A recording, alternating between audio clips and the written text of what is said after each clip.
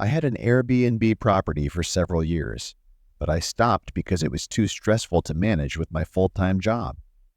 The good thing about Airbnb is that you can make a lot more money than if you just rented it out the usual way, especially if many people want to stay at your place. Since my house was in a popular vacation area, Airbnb was a good choice for us. At first, my wife and I were really excited, but it became harder when more guests booked the house. We had to keep everything organized, hire cleaners after guests left, and make sure we answered messages quickly. Everything went well for a couple of years, until we had a young couple stay at our house. Like with every other guest, I sent them the code to unlock the door when they arrived. I usually don't see the guests in person. Once they said they were inside and everything was okay, I relaxed for the rest of my day off. I should say that I usually only talked to the guests through text a few times. They would text me when they arrived and left, and sometimes I would get questions about the house. As 9 o'clock got close and I was getting ready for bed, I got a text from the young man staying at my house. It was short, saying he would call me soon. A minute later, he did. I felt nervous when I saw the text, but what he said surprised me. He told me that the water wasn't working in the house. I apologized, even though I didn't know how this could happen. But I knew living in a house without water was not okay, so I needed to fix it right away. I asked if I could come over to check it quickly so I could arrange for someone to fix it in the morning. He agreed and was very polite about everything, so I drove over a few minutes later. When I arrived, I saw 2 cars in the driveway. This didn't seem too strange at first. It was just odd because they were supposed to be a young couple on vacation for just one night.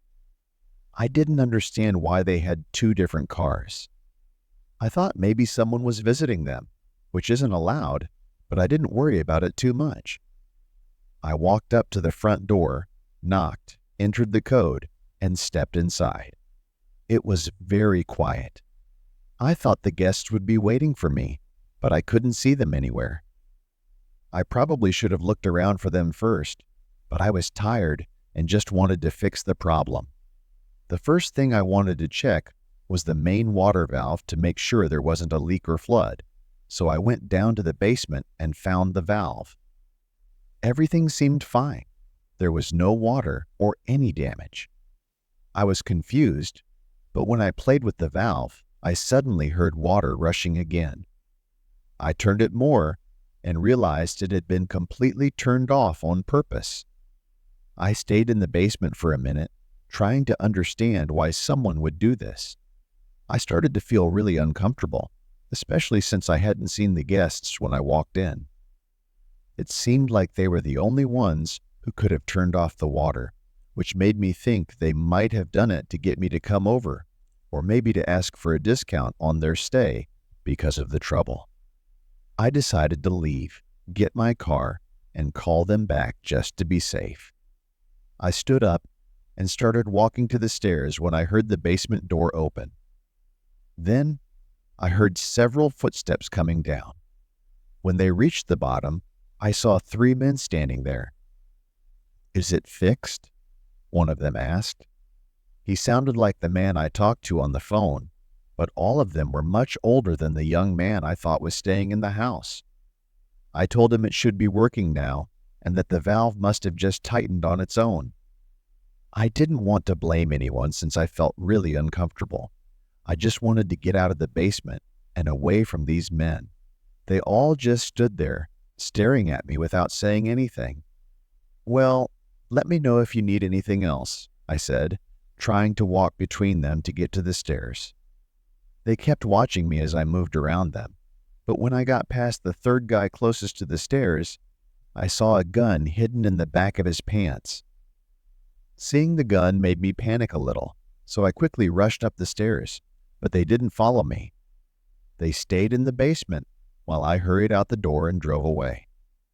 When I got home, I woke my wife and told her what happened. She convinced me to call the police to check on them, since they weren't the people we thought were staying there. and it felt strange enough to report it. I think we waited about 20 minutes before an officer called.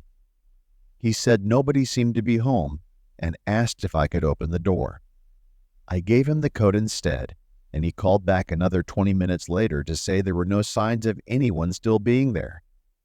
The next day, we found out that the card the man used to pay was stolen. After looking around the house, we discovered that they had also taken some expensive decorations and appliances.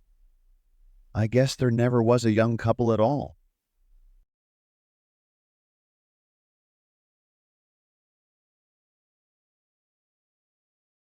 Last year, I took a trip by myself to Salt Lake City. I hadn't gone on many vacations before, and when I did, it was always with my family. This was the first time I was going to enjoy being somewhere alone. I know it might sound strange, but I like being by myself since I don't get that chance often. I looked for places to stay, both hotels and Airbnbs. The Airbnbs were nicer and cheaper. Most of the cheap ones were far from the city, but since I had my own car, I didn't mind driving a bit. I chose a nice Airbnb that was small, but had a good kitchen and bedroom, which was all I really needed. I got there at 6 in the morning on Sunday. The owner sent me the code to get in, so I took my stuff inside.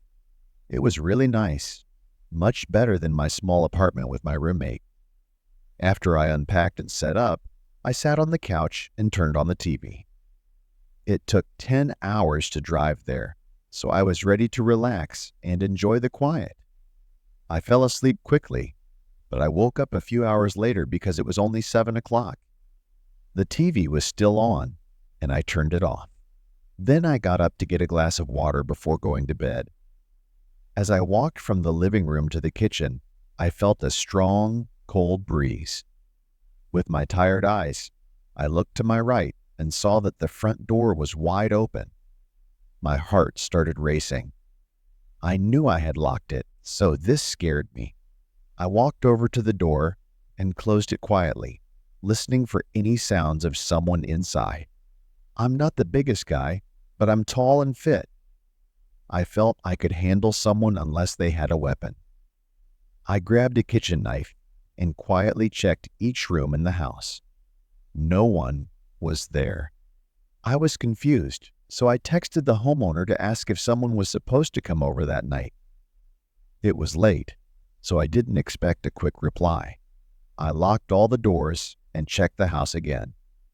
I was more awake now, but still tired, so I went to bed and fell asleep easily. However, when I woke up, I felt a lot less calm.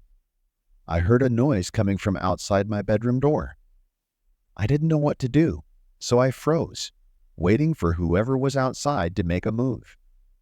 As I sat in bed, I wondered how that person could have gotten in.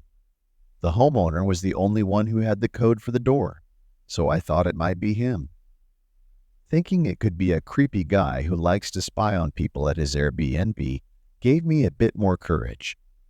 I got out of bed and grabbed my phone from the nightstand to call the police. I must have made some noise because, almost right away, I heard someone running away from my door toward the front of the house. This scared me even more, knowing the intruder had been right next to my bedroom door the whole time. I dialed 911, but by the time the cops arrived, nothing else had happened. The person had left. I found a hotel to stay at for the rest of my vacation. The crazy part is that the Airbnb owner gave me a refund because he could prove it wasn't him. He was very nice and really concerned about what happened. It was already scary thinking it might be the owner, but knowing it was just a random guy makes it even worse. I still don't know how he got in or why he was watching me, but it gives me chills to think about it.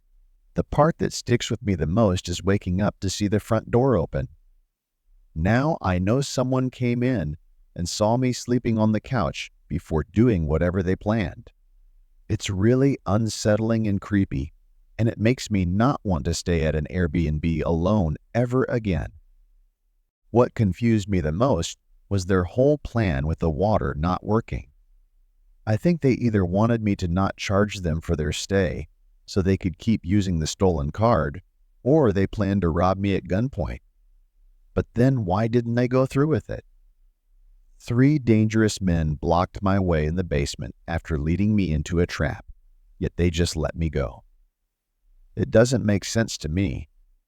After that incident, I never went to the house while guests were there, and a few months later, we stopped using Airbnb altogether and just rented the house out normally.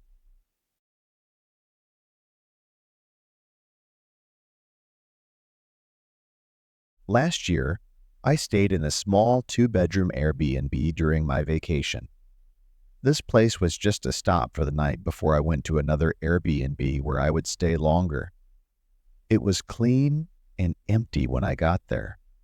I walked around the house to look at it before I brought in my bags and sat on the couch. It was probably around 8 p.m. As I was sitting there, feeling a bit sleepy, the doorbell rang and woke me up. I looked at the front door, feeling confused and scared.